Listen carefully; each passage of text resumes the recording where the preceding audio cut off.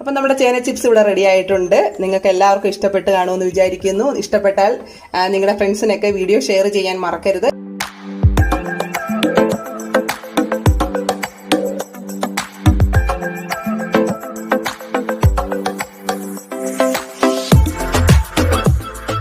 Friends, എല്ലാവർക്കും നമസ്കാരം. എല്ലാവർക്കും റാവുസ് കിച്ചണിലേക്ക് ഒരിക്കൽ കൂടി സ്വാഗതം.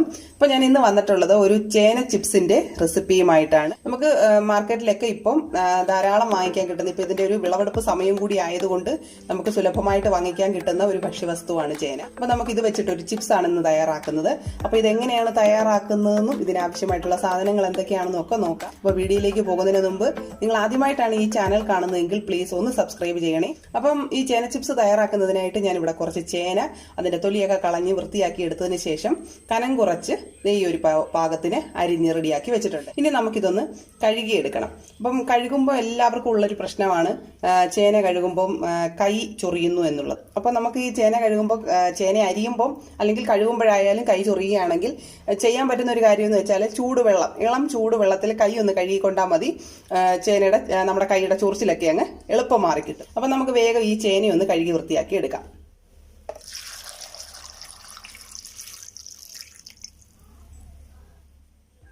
അപ്പം നമ്മൾ ചേന നല്ലതുപോലെ കഴുകി വൃത്തിയാക്കി എടുത്തിട്ടുണ്ട്.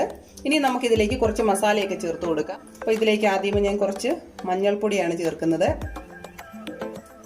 പിന്നീട് എരിവിന് ആവശ്യമായിട്ടുള്ള മുളക് പൊടി ചേർത്ത് കൊടുക്കാം. ആവശ്യത്തിനുള്ള ഉപ്പ്,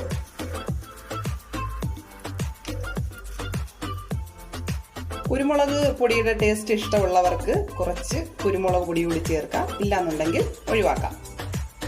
പിന്നീട് അല്പം ഗരം മസാല പൊടി,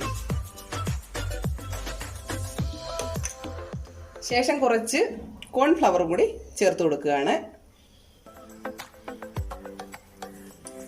ഇനി ഇതിലേക്ക് ഒരല്പം വെള്ളവും കൂടി ചേർത്ത് നല്ലതുപോലെ ഒന്ന് മിക്സ് ചെയ്ത് കുഴച്ചെടുക്കണം. കൈ വെച്ച് തന്നെ നല്ലതുപോലെ ഒന്ന് കുഴച്ചെടുക്കാം.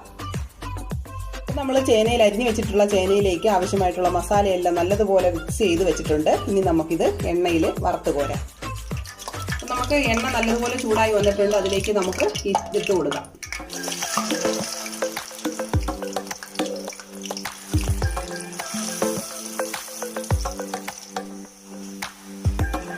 നമ്മുടെ ചേന നല്ലതുപോലെ ഫ്രൈ ആയി വന്നിട്ടുണ്ട്. ഇനി നമുക്ക് ഇതിലേക്ക് കുറച്ച് കറിവേപ്പില കൂടി ഇട്ട് കൊടുക്കാം.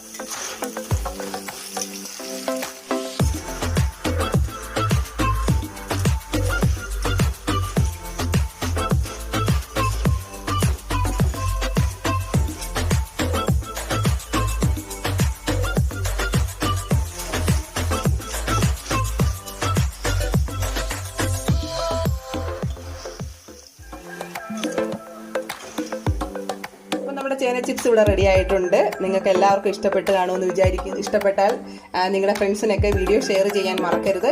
അതേപോലെ തന്നെ ലൈക്ക് ചെയ്യാനും ഒന്നും മറക്കരുത്. അപ്പം നമുക്ക് മറ്റൊരു വീഡിയോയുമായിട്ട് വീണ്ടും കാണാം.